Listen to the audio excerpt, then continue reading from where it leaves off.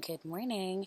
I wanted to hop on, guys, because I had a realization that I think that it's sometimes really nice and grounding just to hear other consultants and direct sales talk about.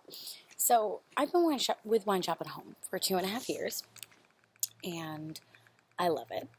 For me, Wine Shop was my first home for direct sales. A lot of people who join this company or who join direct sales in general have no prior experience, and I know that, at least from where I was coming from before, part of one of the hesitations of joining the industry was the fact that it's sales and feeling salesy, and there's a lot of different tactics in this industry, and some of those tactics give the industry a bad rap. So anyway, I was talking to, so I also have a marketing company, right? Benedetti Design Company. And I was working with one of my clients the other day, and she was saying, I want to be able to offer my clients this consultation for her services. She said, but if they elect a certain service, I don't want them to feel like I'm pressuring them into buying a more expensive line, or to, like, that basically the only reason for the consultation is for me to push them into something more expensive. And I said, yeah, but it's all in how you take, it's all in, my dog's over there, she's doing something funny. Chloe, you better be good. Anyway, so we're talking about that. And I said, yeah, but it's all in the delivery, right? And it's all in your vibe, and it's all in them trusting you and knowing that you're not there to upsell them. I told her, which is funny because she's not in direct sales. She provides a service at her location. And it's a higher end service, the way a lot of us have a higher end product. And I said, if you think about it, if you offer a consultation, like, they can pick something off of your menu to work with you on, but if you offer consultation services, don't you think you're almost discrediting them by not letting them know what else you have available? Like, I would almost think it's more of a disservice for you to not at least offer them these higher tier services, but even letting them know that, that they don't need to move forward with them. It's just that, basically, it's just the idea that they deserve one of these consultations if you offer them. Like, that's one of the things that makes you different from your competitors, the fact that you offer this consultation. And she looked at me, she was like, I see what you did there. Nice little rephrasing there, right? With them deserving this consultation.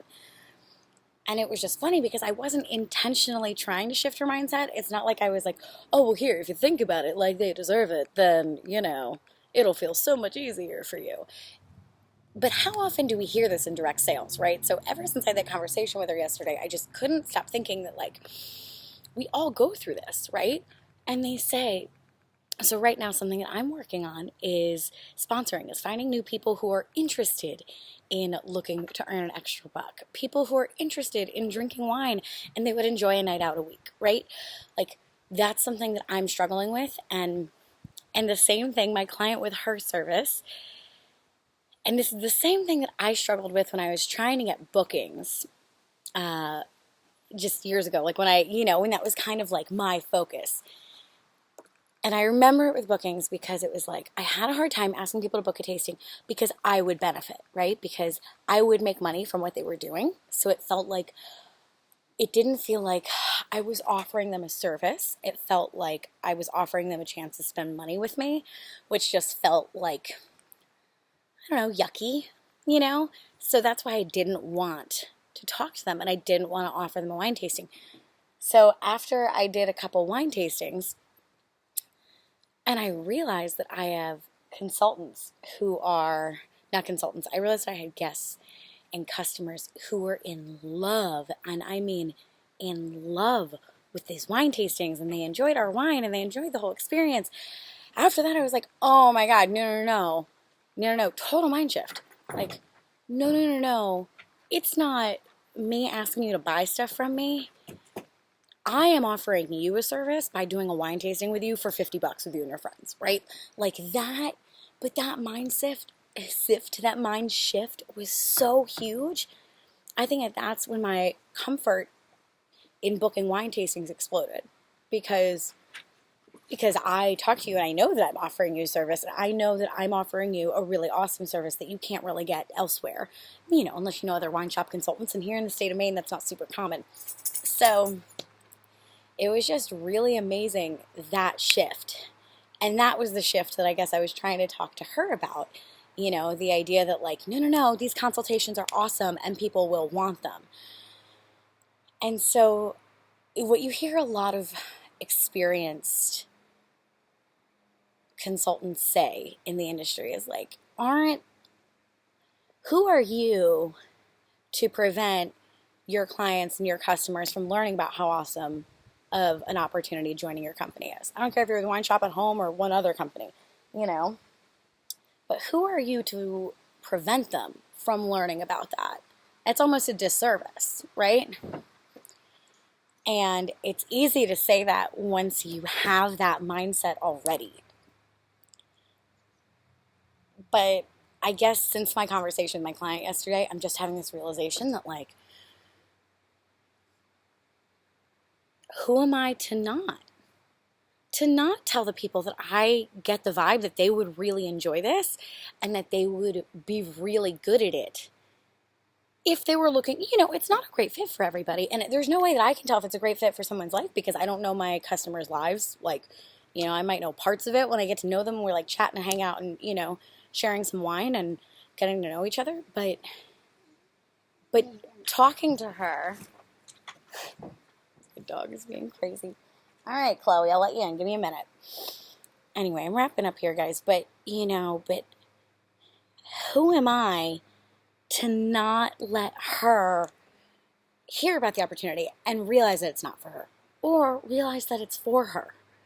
So anyway, I did this exercise. I wrote down 20 names of people who I think might be interested in the business or might be or either they're like really awesome customers and like if nothing else, they'd probably enjoy the discount or, these are kind of exercises, right? Like to find new hosts or to find new prospects for the company. And, but it's not about just like arbitrarily picking 20 people. It's about trying to find guests that, that I kind of resonate with and that I think resonate with our mission and what we're doing here with Wine Shop. So I'm just really excited. So by Tuesday, I want to have reached out to everyone. Wine Shop at Home is this really awesome benefit this month. For $29.95, you can join the company. It's normally $79, so it's an awesome deal. And they've rarely ever discount that least expensive price, so this is just amazing. So why not? Why am I being so selfish because, I care about my ego and what if they say no and what that's going to make me feel like? Because, being turned down is uncomfortable. They'll be flattered, that I thought that they would make a nice fit for it if nothing else. And if not, so what? If they're annoyed, that I, because my brain's like, well, what if they just think that you're like just trying to recruit because you're just trying to recruit everybody because that's what people in these businesses do. That's one of my limiting self-beliefs, right? Like that's one of those stories that I tell myself. Look up limiting self-beliefs and go through a couple exercises to find yours. That's like one of my big ones. You know what? So what? So what? Right? If they say no, who cares? Who am I to not let every person know about this? And to let them know if I think that they might make a great fit. All right. Anyway, that was just like a huge realization I had today. It's a gorgeous day here in Maine. The boyfriend and I are going to be heading up to Booth Bay today, and we're going to be doing a nice little anniversary activities and stuff, just a little whale watch and things. So anyway, I'm off to that. I hit the farmer's market first, and I hope you have a wonderful weekend. See ya. You guys can follow me. You can subscribe if this is on YouTube below. I do nice little posts like this every now and then, and if you want to find me anywhere else, winerella.com. And you can learn more about me, learn more about my business, where I kind of came from, all that good stuff.